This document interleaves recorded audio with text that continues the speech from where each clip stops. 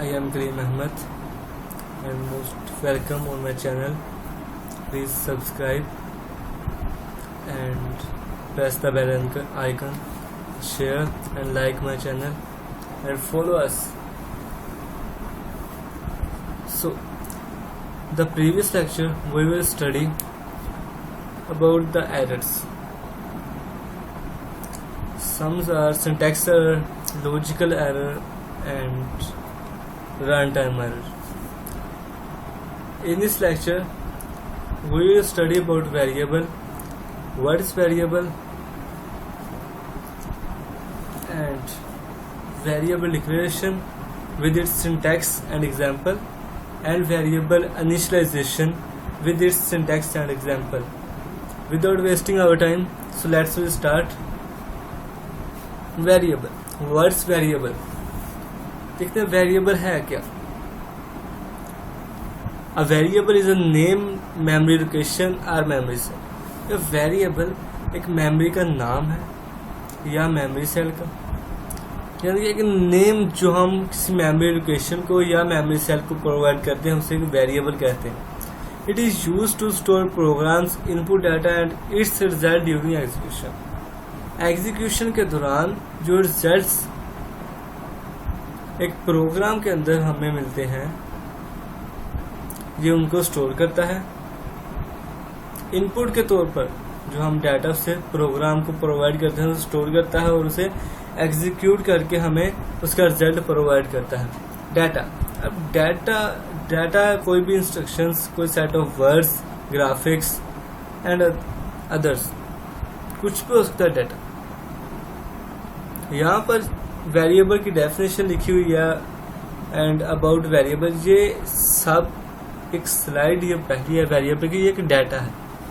Data कोई भी चीज का मजमूआ, किसी भी वर्ड्स का, कैरेक्टर्स का, that's data. The value of variable may change during execution but the name of variable can change. Value of variable में चेंज, उनका कि वैल्यू जो है वेरिएबल को प्रोवाइड की जाती है वो चेंज हो सकती है एग्जीक्यूशन के दौरान, क्योंकि वो फिक्स नहीं होती. हम वैल्यू कोई भी रख सकते हैं. अगर पहले हमने दिया वैल्यू इंट ए को 2, तो अगर हम कहते हैं 2 नहीं रखनी 5 कर लें तो 5 कर सकते हैं. चेंज हो सकती है वेरिएबल की वैल्यू, लेकिन name of the variable can, value उस वेरिएबल का नाम भी चेंज हो सकता है. तो नाम जो चाहे आप रख लें, वैल्यू जो चाहे प्रोवाइड करते हैं, लेकिन जहां जहां पर वो वेरिएबल इस्तेमाल हुआ होगा प्रोग्राम में, वहां पर सारी जगहों पर फिर वो वेरिएबल का नेम और वैल्यू चेंज करना पड़ेगी.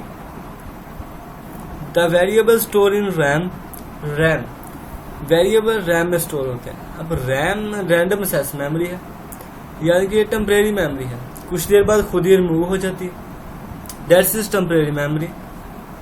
रैम में स्टोर होते हैं वेरिएबल्स जो कि कुछ देर बाद रिमूव कर देते हैं. और रैम तो पहले ही हमें पता है कि टेम्परेरी मेमोरी है, कुछ देर रहेगी, बाद में खुद ब खुद खत्म हो जाएगी automatically. The data stored in a variable is also temporary. जाहिर बात है किसी चीज के अंदर जो डाटा स्टोर होगा वो उस चीज की हैसियत के मुताबिक उसमें रहेगा. अगर कोई हमारे पास मेमोरी परमानेंट है तो अगर डाटा स्टोर करेंगे तो परमानेंट रहेगा, और अगर टेम्परेरी है तो डाटा स्टोर करेंगे वो after some time removed. The data is stored in a variable is automatically removed. यही बात उन्होंने बताया कि डाटा रैम में जो वेरिएबल स्टोर होता है वो ऑटोमेटिकली रिमूव हो जाता है. सो नेक्स्ट देखते हैं कि फिर वेरिएबल कैसे मेमोरी में स्टोर होता है, वो अपनी कैसे जगह बनाता है. यहाँ पर एक बॉक्स हमें ब्लू कलर का बड़ा नजर आ रहा है. ये देखें, इसमें मार्क्स लिखे हुए हैं. ये नेम है वेरिएबल का, मार्क्स कोई भी दे लें, नोट इशू. फिर एड्रेस, उसके अंदर एक छोटा बॉक्स है. ये एड्रेस है जो वैल्यू हमने प्रोवाइड करनी है एक वेरिएबल को, ये उसका एड्रेस है. और उसके अंदर हमने वैल्यू लिखी हुई है, ये कंटेंट्स ऑफ वेरिएबल, यानी कि वैल्यू हमने 16 प्रोवाइड की है। और जो नीचे जो आप सारा बॉक्स देख रहे हैं ये सारा बुक्स कंप्यूटर की मेमोरी है। आफ्टर सम टाइम ये रैम है, तो जाहिर बात है आफ्टर सम टाइम रिमूव हो जाएगी। जैसे कि हम फॉर एग्जांपल कह लेंगे integer value require 2 bytes and a character variable required 1 byte। Integer value होगा तो वो एक इंटीजर वैल्यू 2 bytes के बराबर होगा और कैरेक्टर वैल्यू 1 byte के बराबर होगा। और जितने बाइट्स का वो वेरिएबल होगा उतने ही बाइट्स वो मेमोरी में जगह रिक्वायर्ड करेगा खुद ब खुद ही, एक प्रोग्राम के लिहाज से। अगर वो 8 बाइट है तो कंप्यूटर की मेमोरी में से 8 बाइट उसे प्रोवाइड कर दिए जाएंगे। फिर अब देखते हैं नेम ऑफ वेरिएबल। अब हमने लिखे तो हैं name of variable, address of variable and contents of variable. अब ये है क्या, अब ये देखते हैं। Name of variable first, it refer to identify that represent the memory location. ये मेमोरी लोकेशन को रिप्रेजेंट करता है कि यहाँ पर मेमोरी है, यानी कि मेमोरी के अंदर हमने मार्क्स यानी उसे नेम प्रोवाइड किया ना, ये उससे रेफर करता है कि यहाँ पर मेमोरी की लोकेशन है, यहाँ पर मार्क्स हमने प्रोवाइड किया, हमने नेम उसे मार्क्स का प्रोवाइड किया हो। Address of variable, it refers to the memory location of the variable, refer करता है मेमोरी लोकेशन वेरिएबल को। एड्रेस, जाहिर बात है किसी चीज का एड्रेस उसकी लोकेशन को बताएगा कहाँ पर है वो चीज, तो मेमोरी के अंदर जो वेरिएबल की लोकेशन होगी वो उसका एड्रेस होगा। कंटेंट्स ऑफ वेरिएबल, जैसे कि एक घर है वो एड्रेस है, फर्ज करें सपोज कर लें एक कॉलोनी के अंदर एक घर है, किसी हमारा घर समझ लें, तो वो एक एड्रेस ऑफ वेरिएबल है, यानी कि उसके जो होगा एड्रेस वो एक वेरिएबल, सपोज कर लें कि वो एक वेरिएबल है और उसके अंदर मैं हूं फॉर एग्जांपल, वो एक कंटेंट्स है, उसे वैल्यू प्रोवाइड की गई है, यानी कि एक घर में या एक कमरे में एक बंदा रह सकता है तो उसे वैल्यू प्रोवाइड की एक से ज्यादा नहीं। आप जितना मर्जी कर लें, लेकिन एट अ टाइम आपने जो वैल्यू प्रोवाइड कर दी है वही रखेगी। कंटेंट्स ऑफ वेरिएबल कहते हैं it refer to the value stored in the memory location referred by variable. Variable के लिहाज से वैल्यू जो हम मेमोरी में स्टोर करते हैं ये उससे रेफर करता है कि हमने कितनी वैल्यू स्टोर की है एक वेरिएबल में, उसके मेमोरी लोकेशन में हमने कितनी वैल्यू स्टोर की है। सो नेक्स्ट बढ़ते हैं variable declaration. Variable declaration, declare करना, किसी वेरिएबल को डिक्लेयर करना, यानी कि उसका नाम को डिक्लेयर करना। अब पढ़ते हैं कि व्हाट इज वेरिएबल डिक्लेरेशन, ये है क्या, हमें पता चल गया ये वेरिएबल डिक्लेरेशन है, लेकिन अब ये है क्या, अब ये देखते हैं। The process of specifying the variable name and it's type, का वो तरीकाकार जो एक वेरिएबल को नाम को स्पेसिफाई करता है, इस types is called variable declaration. यानी जाहिर बात है किसी चीज का नाम को जाहिर करना, उसे डिक्लेयर करना होता है। तो ऐसे ही किसी वेरिएबल के नाम को जाहिर करना वेरिएबल डिक्लेरेशन है। A program can have as many variable as needed। एक प्रोग्राम को जितने वेरिएबल की जरूरत होगी वो अपनी जरूरत के हिसाब से उतने वेरिएबल कभी भी कहीं भी ले सकता है, नो इशू। कि अगर हमें 4 वेरिएबल की जरूरत है, हमने पहले 3 लिए, तो जहां पर प्रोग्राम में जिस जगह पर आपको चौथे वेरिएबल की 4th वेरिएबल की जरूरत पड़ेगी, आप कहेंगे यहाँ पर मुझे जरूरत है 4th वेरिएबल लेना था, वो मैं भूल गया हूँ, तो आप वहीं पर डिक्लेयर कर दें उसे, इसका कोई इशू नहीं है। A variable can declare anyway in a programme before it is use. Variable कहीं भी प्रोग्राम के अंदर इस्तेमाल करने से पहले हम डिक्लेयर कर सकते हैं। वही बात उन्होंने बताया कि अगर आपको लग रहा है कि यहाँ पर एक और वेरिएबल मुझे चाहिए था, तो आप उसके इस्तेमाल से पहले उसे डिक्लेयर कर दें बस, तो कोई इशू नहीं होगा, आपका प्रोग्राम बिल्कुल परफेक्ट वर्क करेगा।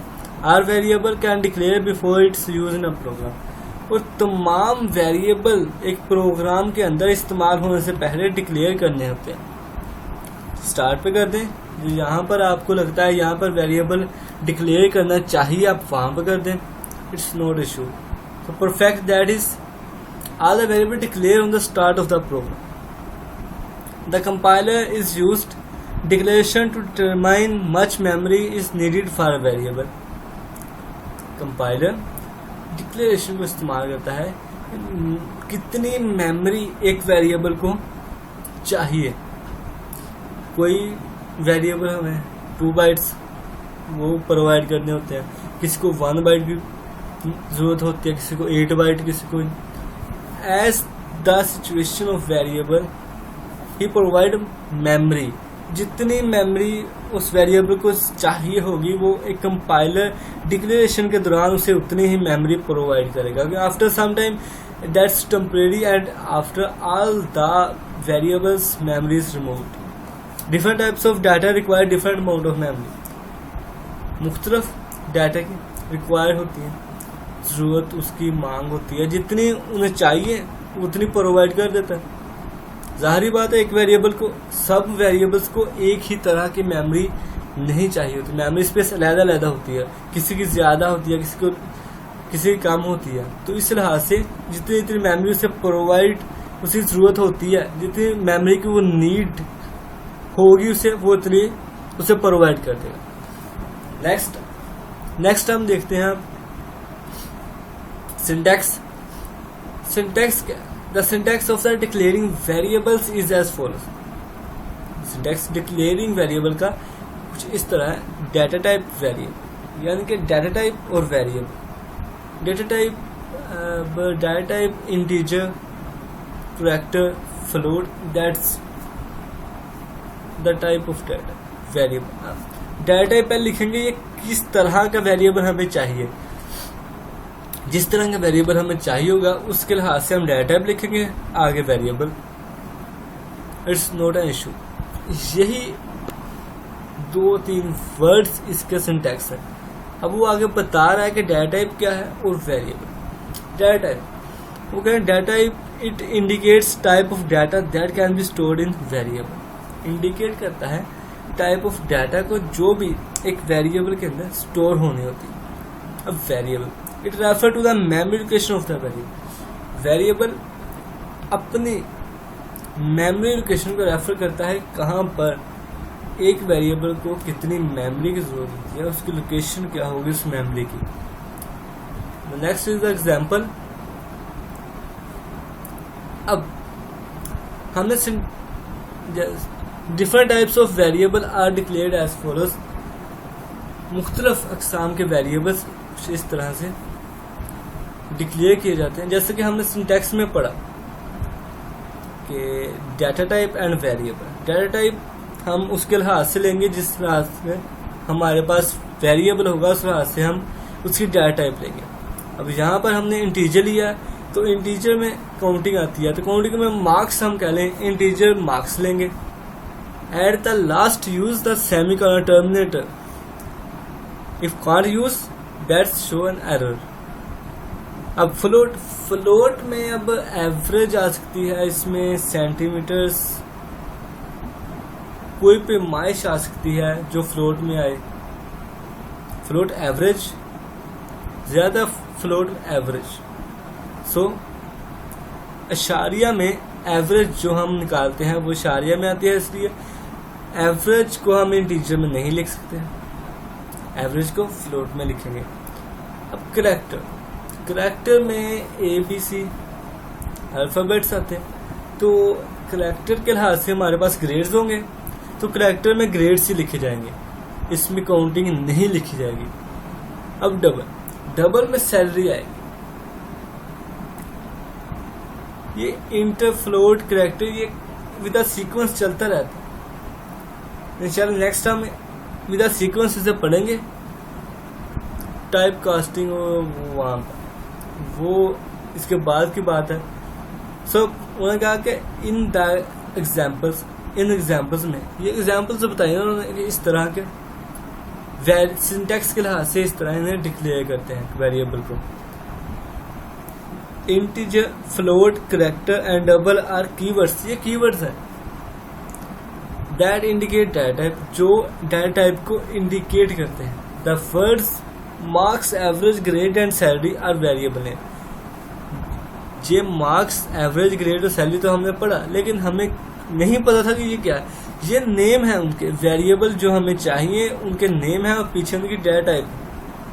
हमने सिंटैक्स में पढ़ा था data type and variable. Variable से मुराद उनका नेम है। वेरिएबल जो भी हमने रखना है वो डाटा टाइप के लिहाज से रखेंगे।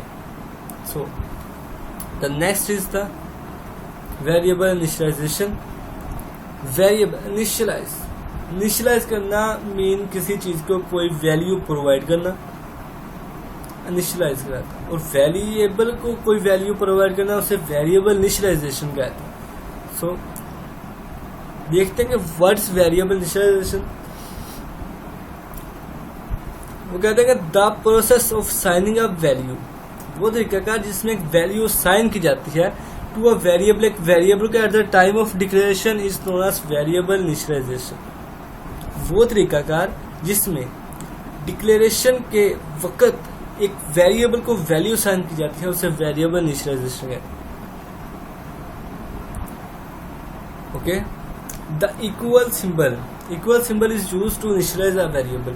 एक वेरिएबल को वैल्यू साइन करने के लिए हम इक्वल सिंबल इस्तेमाल करते हैं कि इस वेरिएबल की ये वैल्यू है। वो हमें इक्वल से पता चलता है कि इक्वल के बाद जो वैल्यू होगी वो उस वेरिएबल की वैल्यू होगी। So next, the variable name is written on the left side. Variable name, that's why on the left side data type के साथ ही वेरिएबल नेम लिखा जाएगा और इसके बाद वेरिएबल के बाद हम इज इक्वल का सिंबल लगाकर ऑन द राइट साइड लिखेंगे उसकी वैल्यू जो हम उसे प्रोवाइड करेंगे। Okay, and the value of is written on the right side of equal symbol. यही बात उन्होंने कही कि इक्वल सिंबल के राइट साइड पर हम वो वैल्यू लिखेंगे जो एक वेरिएबल को इनिशियलाइज करनी होती है प्रोग्रामर ने प्रोग्राम के अंदर। Okay, so C++ compiler allocate memory for a variable when it is declared। C++ compiler memory को एलोकेट करता है कि वेरिएबल को कब डिक्लेयर जब होना होता है तब वो उसे मेमोरी पे एलोकेट करता है। जाहिर बात है जब जिस चीज़ की ज़रूरत होगी वो उसी वक्त उसे वो चीज़ एलोकेट की जाएगी। और एक वेरिएबल को डिक्लेयर होते वक्त ही मेमोरी प्रोवाइड की जाती है कि आप यहाँ पर एक वेरिएबल की मेमोरी वो कितने बाइट का है उस लिहाज से उसे मेमोरी प्रोवाइड की जाती है। और वो जिस कंपाइलर में हम एक प्रोग्राम या एक प्रोग्राम कंपाइल कर रहा होता है वो उस लिहाज से डिक्लेरेशन करके मेमोरी प्रोवाइड करता है automatically. So the memory location में meaningless data known as garbage. Memory location में जाहिर बात है कि कुछ ना कुछ एक आधा बाइट या एक बाइट मेमोरी या ज्यादा दे दी जाती है वेरिएबल के लिहाज से, या यो इस्तेमाल होकर इजाफी पड़ जाती है वो मेमोरी। जाहिर बात है कि अगर हम घर में देखें अपने राउंड बोर्ड देखें तो जो चीज़ें हमें नहीं चाहिए होती वो हम गार्बेज समझते हैं, इजाफी एक कूड़ा। इसी तरह एक प्रोग्राम के अंदर एक मेमोरी लोकेशन जिसके कोई मकसद नहीं है, ना ही उसमें कोई वेरिएबल स्टोर है ना ही कोई वैल्यू स्टोर है, वो वैसे ही है तो उसे हम गार्बेज कहेंगे और उस वैल्यू को हम गार्बेज वैल्यू कहते हैं। नेक्स्ट देखते हैं सिंटैक्स इसका वेरिएबल इनिशियलाइजेशन का। The syntax of initializing a variable is as follows. Syntax initialization का इस तरह का डाटा टाइप वेरिएबल यहाँ तक तो हो गया। वेरिएबल डिक्लेरेशन, यानी कि वेरिएबल को डिक्लेयर करना। Is equal symbol and after is equal use value, that's the variable initialisation. So यहाँ पर देखते हैं कि हाफ इज इक्वल से पहले हमारे लेफ्ट साइड पर ये तो हो गया वेरिएबल डिक्लेरेशन, और इज इक्वल और साथ वैल्यू बस हमने इंक्लूड किया वेरिएबल इनिशियलाइजेशन में। फर्क सिर्फ इतना ही है कि इज इक्वल के बस वैल्यू हम लिख देंगे तो वो वेरिएबल इनिशियलाइजेशन बनेगा। अब डाटा टाइप हमने पीछे भी पढ़ा था वेरिएबल डिक्लेरेशन में। सो पढ़ लेते हैं डाटा टाइप है क्या। It indicate the data type of the variable to be initialized, वही बात तो नहीं है। इट इंडिकेट, वो कह रहे हैं कि ये डाटा टाइप जो वेरिएबल में डाटा टाइप होगी ये उसे इनिशियलाइज करेगा, यानी कि जो वेरिएबल जो डाटा टाइप हम इस्तेमाल करेंगे एक वेरिएबल के लिए उसे वो वैल्यू प्रोवाइड करेगा कि इस वेरिएबल इस डाटा टाइप के लिहाज से इस वेरिएबल की वैल्यू इतनी है। आगे समझ कि एक डाटा टाइप इंडिकेट करता है डाटा टाइप को वेरिएबल के लिहाज से कि उसे वैल्यू एक वेरिएबल के लिहाज से कितनी प्रोवाइड की है। वेरिएबल, अब variable it is the name of the variable to be initialized. Variable का नाम है, वेरिएबल जो प्रोग्राम के अंदर हमने इनिशियलाइज करना होता है। जाहिर बात हम ये तो नहीं कहते कि डाटा टाइप वेरिएबल है उसे वैल्यू, हम सिर्फ इतना कहते हैं कि वेरिएबल को इनिशियलाइज करना।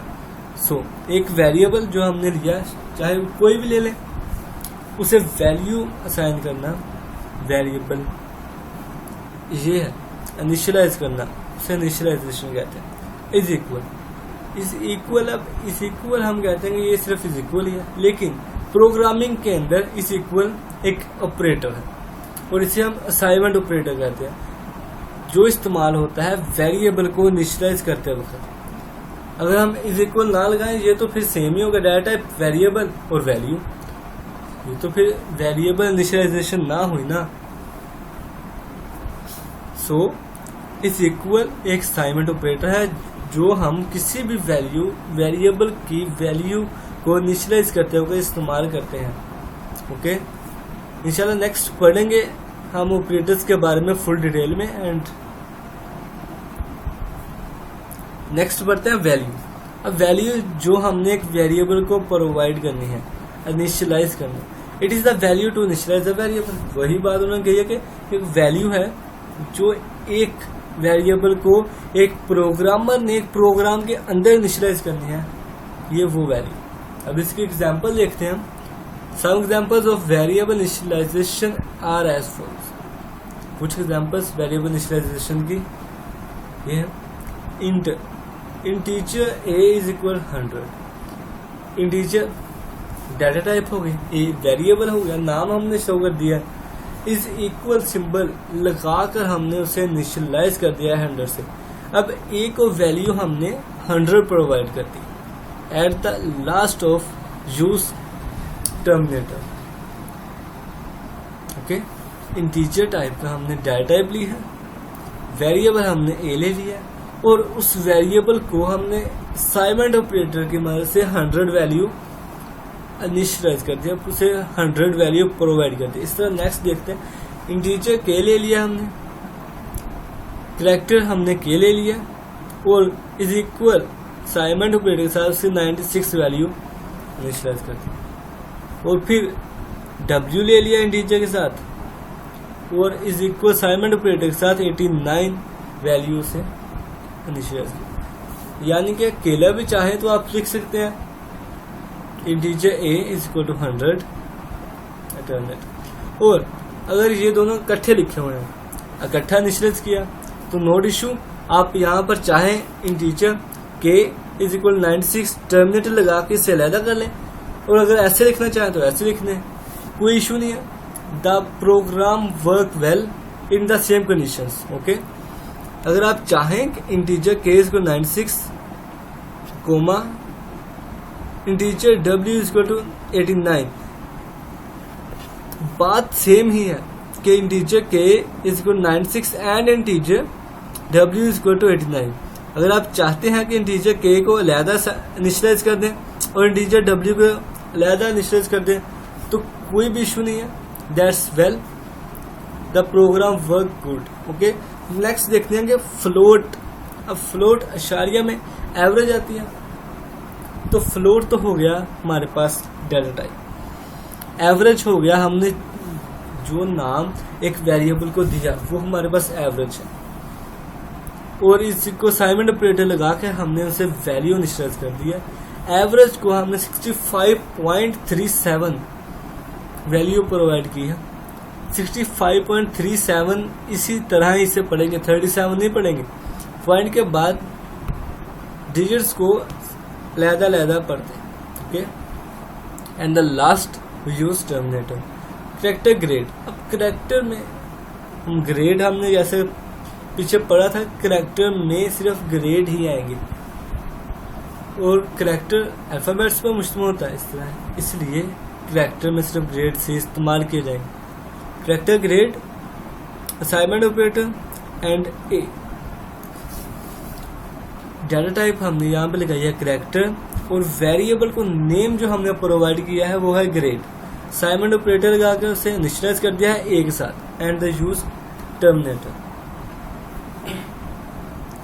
In these examples, we initialize all variables include integer a, integer k and integer w. Float, average and grade with values. हमने कहते हैं इन सब एग्जाम्पल्स में हमने integer a, integer k, w, float, average और character grades को